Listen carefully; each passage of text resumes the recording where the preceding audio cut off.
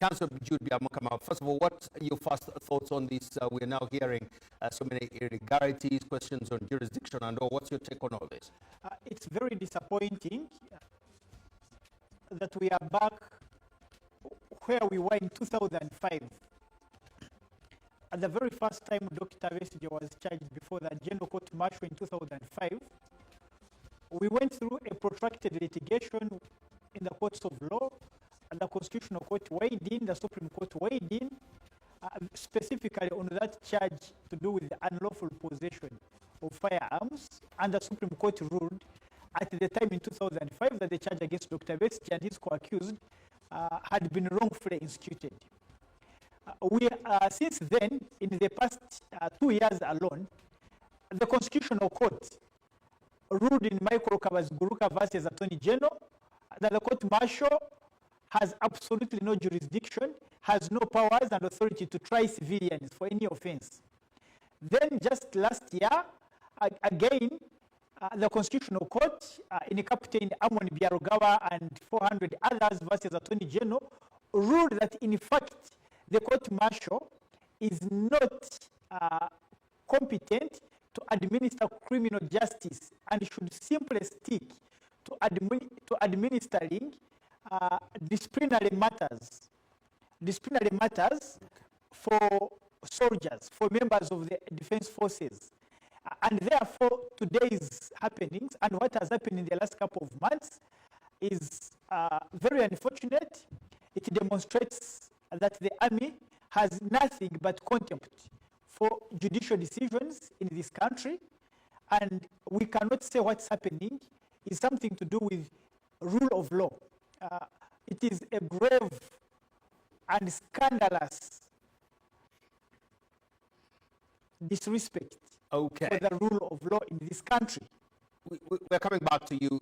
Francis, what have been some of the reactions coming in from government officials in Nairobi? We're now hearing Ugandans accusing Kenya of being hostile to Ugandans.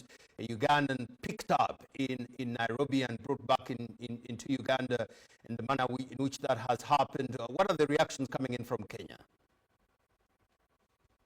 Well, some massive reactions really coming along that on this subject. There has been saturated coverage by the local media here on this subject. And it's the headline that we are going to wake up to tomorrow. So there has been lots of discussions across the streets. Kenyans have been asking how this could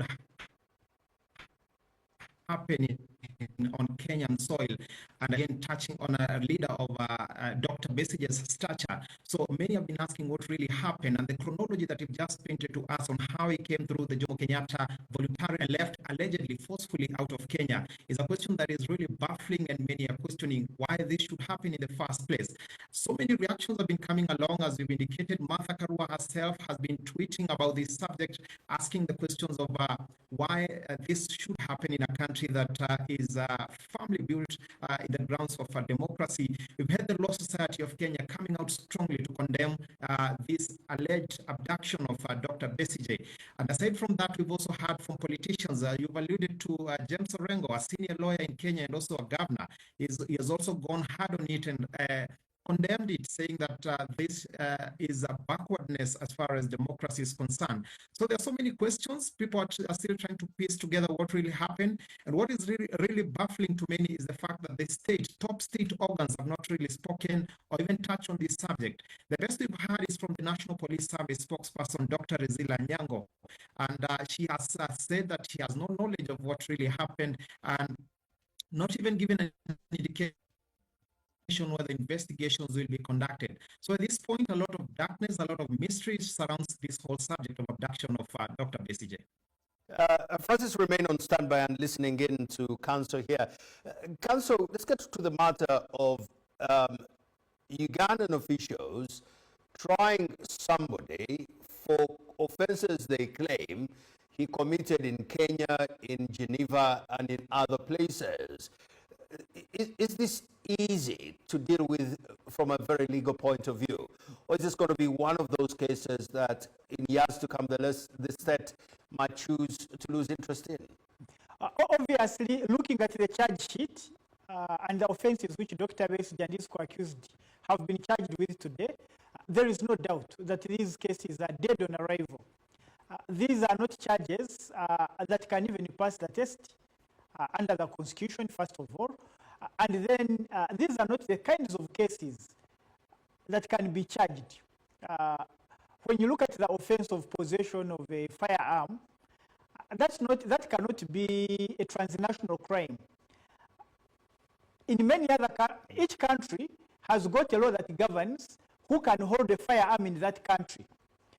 When Dr. Besigye is in Kenya and has a firearm, as is alleged, then the applicable law is Kenyan law, not Ugandan law. We have Ugandans, for example, when Ugandans who are in North America, specifically like in the United States, where it's almost a constitutional right to carry and own a firearm, there is no way they can be charged under Ugandan law. Transnational crimes are generally crimes like terrorism, in some instances maybe treason, but this is then human trafficking.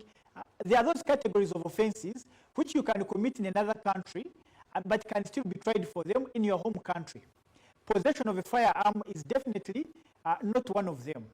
And then when you look at the other charges that are being brought, this is really not something we should say is a legal process. It does look, from the look of, it does look like this is a situation where a legal process has been launched, simply to give some veneer of legality to a decision that had already been made.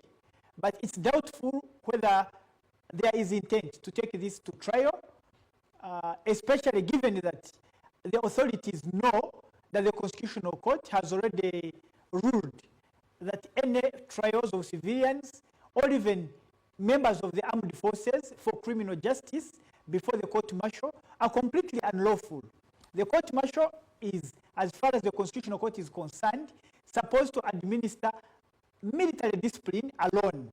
And even though the Attorney General appealed that decision to the Supreme Court, that does not give a leeway for the court-martial, for the government to pretend that that decision of the Constitutional Court does not exist.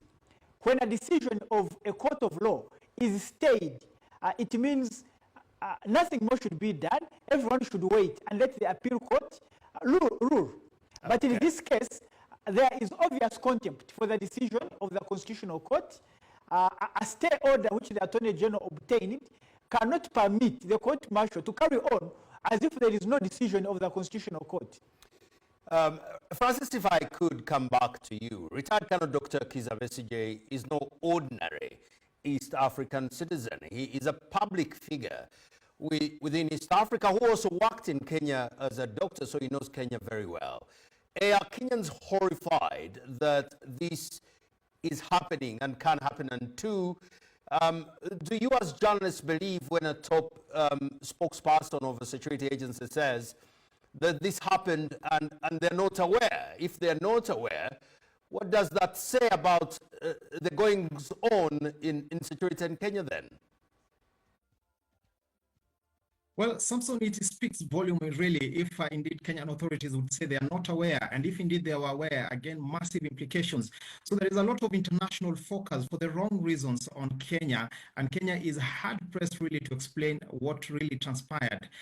And therefore, the reputation of Kenya, the international standing of Kenya as a democratic nation really is down the wire. If you ask me, there is a lot of focus that is negative on this country that really needs to be cleaned up if they are really to salvage anything. So at this point, the reputation of this country is really struggling, and you will remember that it's not the first time that we are discussing of abductions and kidnappings in this country. Since the Gen Z protests that happened here in Kenya, there has been lots of reports of people who've gone missing, some even without a trace, even today. So you will remember also internationally, there was a Pakistani journalist who was shot here in Kenya 2 years ago.